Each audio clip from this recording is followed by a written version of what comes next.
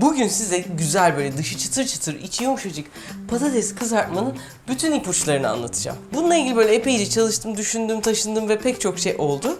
Dolayısıyla bu videoyu böyle dikkatli dinlerseniz bir daha patates kızartırken olabilecek her şeye hakim olacaksınız. Burasının adı Yemek Okulu, benim de size vaadim ve sözüm bu. Hazırsak başlayalım.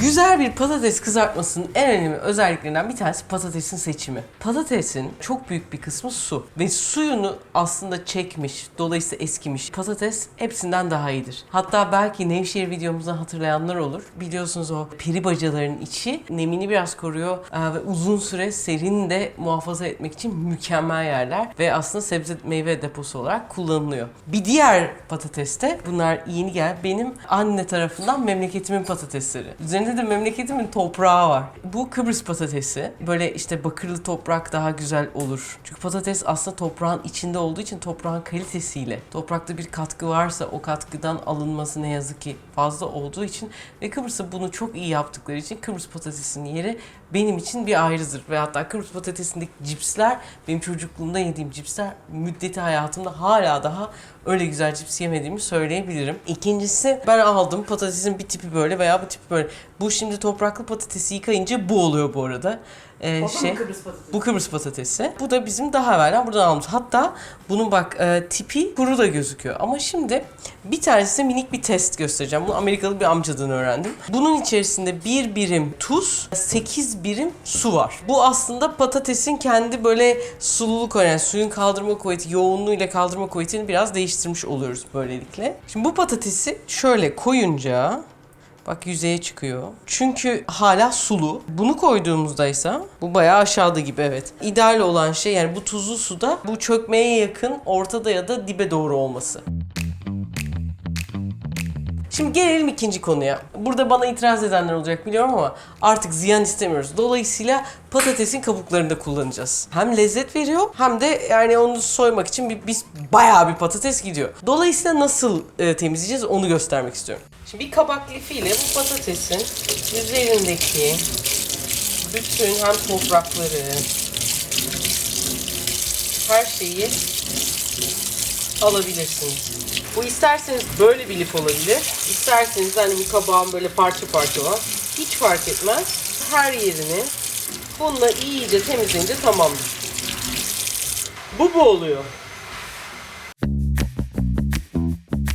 Gelelim patatesimizi kesmeye. Bu arada bu patatesleri de bana Kıbrıs'tan Kıbrıs konsolosu Seniha gönderdi. Var mı Kıbrıs patatesi deyince sağ olsun oraya giden Kıbrıslardan. Bir insana hediye olarak patates gelmesi de ayrı bir konu. Evet ve şey böyle hocam bir böyle çöp torbası geldi ama konsolos kartıyla falan diye böyle onun fotoğrafını göndermiş ekip atölyeden. Şimdi 1 santim kalınlığında böyle kesiyorum. Neden 1 santim yani niye öyle bir şey var? Şimdi bununla ilgili çok büyük şey var. Sonuç olarak hani adı da French fries.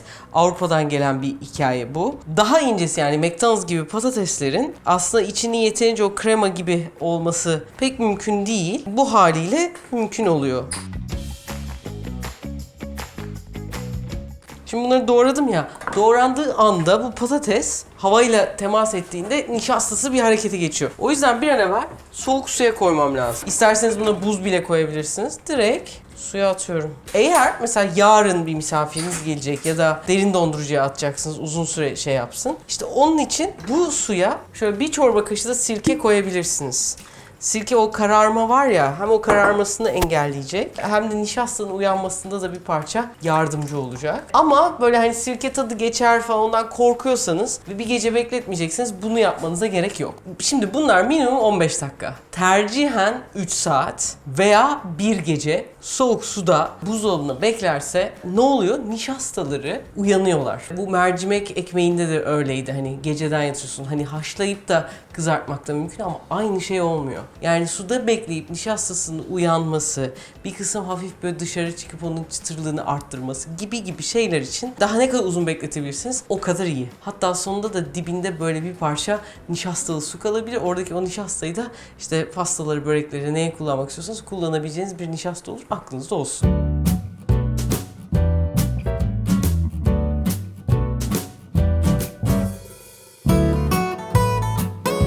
Şimdi bu patatesler yaklaşık bir 2 saat bekledi. Ama bir gece beklerse bu su daha da böyle koyu renk olacak. Ama şunu biliyorum yani bir gün evvelden patatesleri beklet, kızart falan pratik olmayacak. Minimum bir 15 dakika bekletmekte fayda var. Bir kere çok fazla pişirmeyeceğim ilk seferinde. Yani parti. Önce bunlar sulu ya. Bunları birazcık kurutmak istiyorum. Bunun içinde varsa bir sebze kurutucusu. Sebze kurutucusu bayağı iyi oluyor. Şöyle.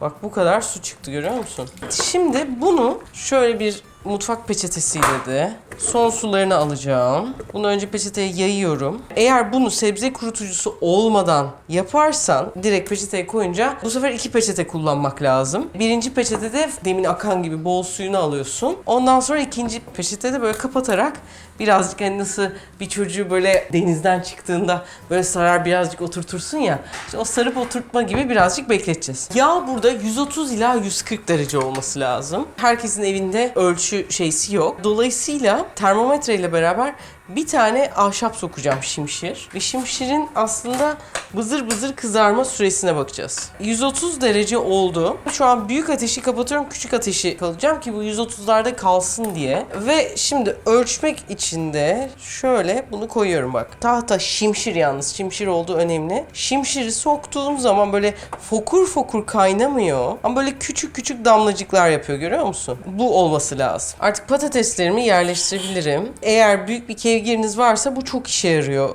bu tarz bir şeyde. Çok fazla koymayacağım patatesi. Neden 130 derece? Patatesin şu an itibariyle yaklaşık su seviyesi içindeki %75-80 civarında. Bu %75-80 olan suyu %40'a indirmek. Yani suyunu bir kısım uçurmak lazım. O yüzden böyle yandan baktığımızda belki görebiliriz. Su buharı gibi bir buhar yükselir.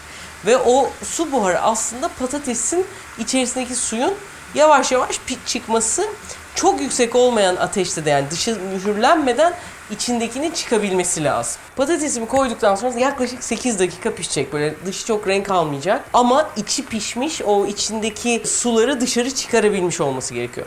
Bununla beraber bunun içi 130 dereceydi. Fakat biz bunun içine buzdolabından çıkardığımız atıyorum 18-20 derecede bir patatesi attık. Dolayısıyla derece düşüyor. Onun için ilk 1 dakika derece yükselebilmesi için ateşimin yüksek ateşi açıyorum. Fakat 1 dakika sonra o 130 derecede pişmeye devam edebilmesi için kısıyorum. Bu çok önemli. Yağ olarak fındık yağı kullandım. Ayçiçek yağı kullanabilirsiniz, zeytinyağı kullanabilirsiniz. Yanma derecesi 180-190'ın üzerinde olan bir yağ seçmek o bakımdan önemli. Herkes hani işte zeytinyağı yanar falan gibi şeyler var. Daha ileriki bir zamanda bununla ilgili ayrıca bir bölüm yapmak istiyorum. Bir diğer konu var ve son zamanlarda çok ben niye arttı diye bunu böyle bir kafamda döndürüyordum. Hani patatesleri koydum diye yağ taşması. Yağ neden taşar? Demin dedik ya patatesin içerisinde bir su buharı var. Yani su var. Bu kadar sıcağa gelince ne yapıyor? Su buharlaşmak istiyor. Buharlaşan şey ne olur? Genleşir. Genleştiği zaman da kabartıyor. Ve son zamanlarda işte patates ithal oldu, patates bulunamadı, erken patates falan kullanıldığı gibi şeylerden patatesler daha sulu ve cinsleri de birazcık değiştiği için bu taşmalar özellikle fark ettiyseniz bilmiyorum artmıştı. Bu şekilde daha yavaş yani daha soğuktan cold frying diyorlar yabancılar. Bu o kadar cold değil ama soğuktan pişirmenin bu avantajları o taşmayı da bir parça engellemiş oluyoruz aynı zamanda. 8 dakika oldu. Renkleri hafifçe değişti bile azıcık. Bu bence bizim patateslerin güzel kuru Kıbrıs patatesi olmasında bir etkisi. Şimdi ben bunları peçeteye değil tele çıkaracağım. Bu haliyle soğuması ve hala sıcak ya, hala bir parça aslında dumanını dışarı atıyor. Birazcık dumanını dışarı atması lazım. Ben normalde neye çıkarıyorum onu göstereyim. Bununla o kadar fark ediyor ki, yani peçeteyi çıkardığında birbirine böyle şey oluyor, nemini tam atamıyor falan. Ama bunda kendi harıyla nemini falan da atması için iyi bir fırsat oluyor. İkinciyi, üçüncüyü kızartırken bu da bir taraftan soğumuş olacaktır. İlk bir 5-10 dakikasını dışarıda, sonra hızlandırmak için süreci buzdolabına koyacağım. Refika böyle uğraşılmaz, saçmalama falan diyebilirsiniz. Bu aslında ne? Donmuş patates alabiliyoruz ya hani, kızarma şeysi. Aslında onlar da böyle azıcık kızarmış ve ondan sonra soğutulmuş ve dondurulmuş olanları.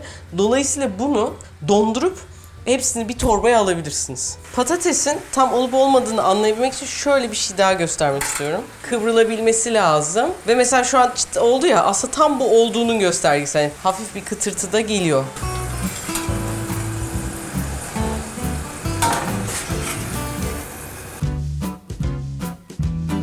Patateslerimizin soğumasını beklerken bu böyle üzerinde bir baharat olur ya, ne diyorsun sen ona? Kajun baharatı mı? Baharatı diyorlar galiba. O tarz bir baharatı kendi imkanlarımızla hiç katkısız yapabilir miyiz? Ben mesela sevmem o baharatın tadını çünkü çok böyle Yalancı geliyor da o yüzden. kimya şey geliyor. Çünkü onun içine nişasta koyuyorlar. Lezzet artırıcı MSG koyuyorlar. Şimdi bakalım bunu beğenecek misin? 2 tane acı kırmızı biber koydum. 1 tatlı kaşığı kadar tane tuz koydum. Ve O ne? sarımsak tozu.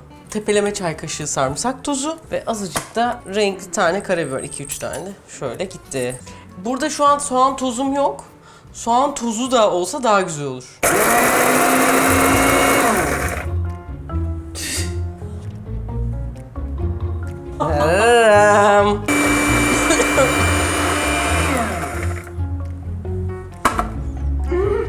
Evet, sarımsak tozunu sonra koyacaktım.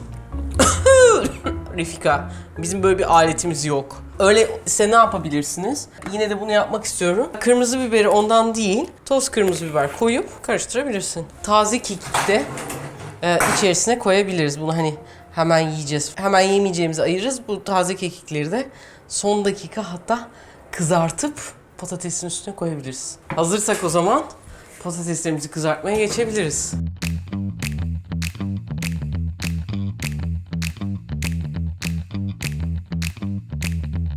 İkinci pişirme için yağımı tekrar ateşe aldım. Şu an buzdolabından patateslerimi çıkardım. 190 derece oldu. 200'e bile çıktı. Şimdi altını o yüzden kapattım. Şimdi birazcık soğusun. O sırada ben patateslerimi çok fazla kalabalık yapmadan, bir tık ilki birazcık daha fazla pişmişti ya, onlarla öbürlerini karıştırmıyorum çok. Böyle direkt koyacağım. Bu haliyle güzel çıtır çıtır renkleri böyle altınlaşınca çıkaracağız artık. Şimdi bunlar oluyorlar güzelce. Şöyle bir şey söylemek istiyorum. 130 dereceyi tutturuyoruz. Sonra bir daha 190, orada süre tutacağız falan. Bizlik değil diyebilirsiniz. O zaman şunu yapabilirsiniz. Çok yüksek derecede olmayan bir yağda önce bir kızartın. Tam böyle rengi dönmeyip böyle şey olduğunu. Ondan sonra birazcık bekletin. Sonra daha kızgın, normalde kızartacağınız bir yağ gibi bir yağda tekrar kızartın. Arada çok bekletme, hani bekletmeseniz bile klasiğe göre fark edecektir.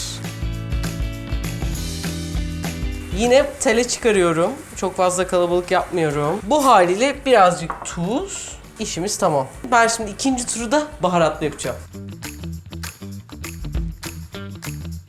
Yağım 190 derece oldu ya. 190, hatta geçti bile 191. Nasıl olduğunu göster. Şimdi şimşir sapı koydum. İlk başta hiçbir tepki göstermedi gibi oldu. Sonra fıkır fıkır böyle fıkır fıkır fıkır fıkır kaynıyor. Bu hali benim istediğim derece. Bu derecede artık patatesleri koyabiliriz.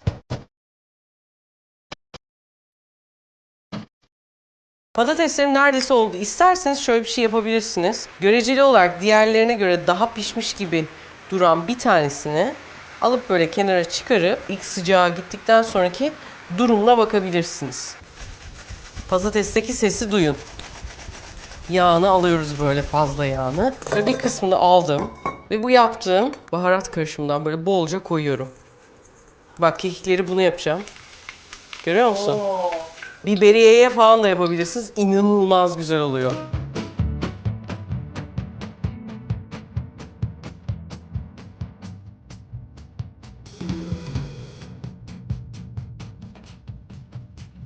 Bak, dışı çıtır. İçi de krema gibi. Bir tane bakıyorum ama. Umarım hoşunuza gitmiştir. Dediğim gibi ben ispat edilmiş şeyleri yaptım ama hikaye şu. Biraz pişir, suyunu al, tekrar pişir, afiyetle ye. Temel bu patatesi güzel kızartmanın yöntemi bu. Ziyan etmemek, her tarafını kullanmak, kabuğunu kullanmak önemli. Patatesler göbek attı. Yaz başında hatırlarsınız kestik ve ektik ve o patateslerimizi onları da hani göstermek isterim size. Dolayısıyla patates bu memleketin bereketi. Bu memlekette de bol bol yetişiyor. Dolayısıyla bol bol patates yemenin şimdi güzel zamanı. Onları yiyelim ve afiyetle birbirimizi destekleyelim inşallah. Biz birazcık izin yapacağız. Hiç daha izin yapamadık. O sırada size de geçtiğimiz yıldan beri uğraştığımız bir seri. Şeker hakkında her şey diye bir serinin başlangıcı olacak. O seriyi izlemenizi şiddetle tavsiye ederim. Bu videoyu da beğendiyseniz lütfen aşağıya yazın ki biz de böyle biraz yüreklenelim. Görüşmek üzere.